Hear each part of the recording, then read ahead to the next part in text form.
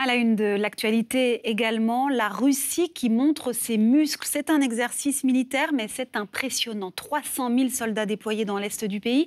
Une opération organisée avec la Chine. L'OTAN y voit la répétition d'un conflit de grande ampleur. Claire Giroux. C'est un chiffre considérable. 300 000 soldats russes. Cela représente plus du double des dernières grandes manœuvres de l'armée soviétique il y a près de 40 ans. Et la grande nouveauté, c'est la participation de la Chine. Pékin et Moscou avaient déjà conduit des exercices militaires communs, mais jamais d'une telle ampleur.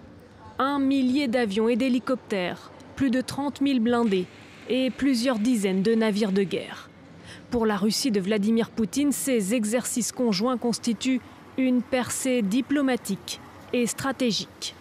En marge du forum économique de Vladivostok, dans l'extrême-orient russe, Vladimir Poutine assiste depuis ce matin à ce déploiement de forces baptisé Vostok 2018.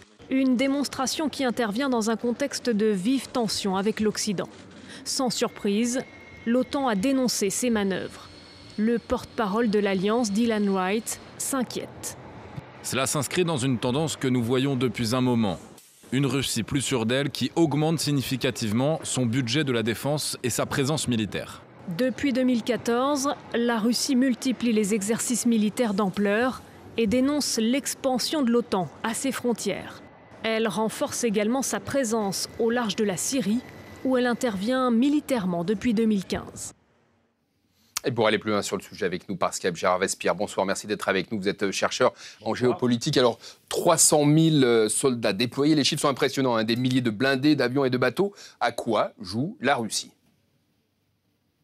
Je crois que la Russie se propose de faire un show of force, comme on dit en anglais, c'est-à-dire une démonstration de puissance, mais à quoi cela sert-il ? Parce que où est la menace ? Est-ce que la menace est en Asie ? Non, puisque les manœuvres ont lieu avec la Chine. Est-ce que les menaces ont lieu avec les puissances européennes ou contre les puissances européennes ou en provenance des puissances européennes?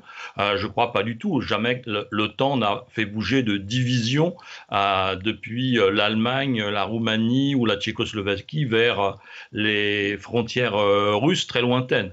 Donc je crois qu'il y a c'est pour une impressionner volonté... les Russes eux-mêmes ? Je crois que c'est une façon de présenter la puissance russe militaire, mais est-elle complète? Est-elle suffisante pour que la Russie puisse jouer un rôle mondial? Alors, il n'y a que 2 bases russes en dehors du monde russe, à savoir les bases en Syrie. Mais en dehors de la Syrie, pas de base. La Russie ne dispose que d'un seul porte-avions, comme la France. Et actuellement, il est en indisponibilité pour grand carénage. Donc, on ne peut pas se prétendre, ou peut-on se prétendre puissance mondiale quand on n'a pas de groupe aéronaval à sa disposition. Gérard Vespierre, est-ce qu'il y a un petit relent de guerre froide dans ces gigantesques manœuvres ? Oui et non, parce que personne ne veut la guerre. Deuxièmement, n'oublions pas les faits. Et les faits sont que depuis la chute de l'Union soviétique, l'URSS était à pratiquement 300 millions d'habitants. Actuellement, la Russie n'est peuplée que de 145 millions de Russes. C'est donc une population très faible. Il y a plus d'Allemands et de Français réunis que de Russes actuellement. Donc n'oublions pas les réalités géopolitiques et n'oublions pas non plus les réalités économiques. Gérard Vespierre, que vient faire la Chine dans cette histoire ? Je crois que c'est un complément pour dire effectivement nous sommes une puissance eurasiatique, mais à nouveau il y a 1,2 milliard de Chinois et comme je viens de le préciser, simplement 145 millions de Russes.